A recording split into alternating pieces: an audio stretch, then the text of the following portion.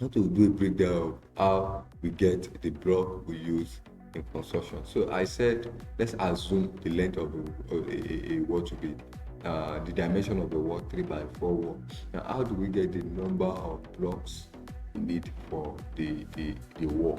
Now, let's say we have a 3 by 4 wall. Now, how do we get the number of blocks? So what we just do is 3 by 4, 3 multiplied by 4, that is 12 meters square, right?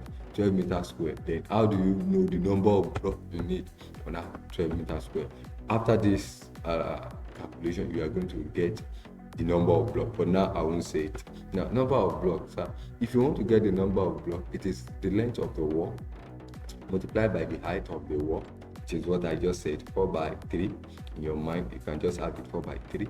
Then divide by the length of the block multiplied by the height of a block.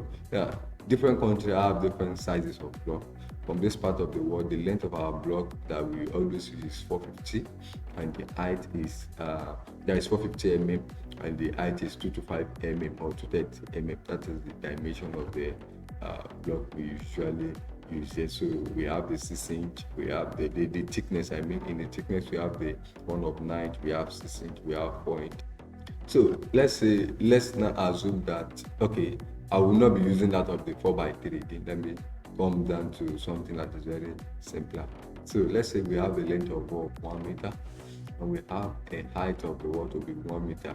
That is, if you put that into this formula, you're going to have 1 by 1, right? Which is what I have here, 1 multiplied by 1.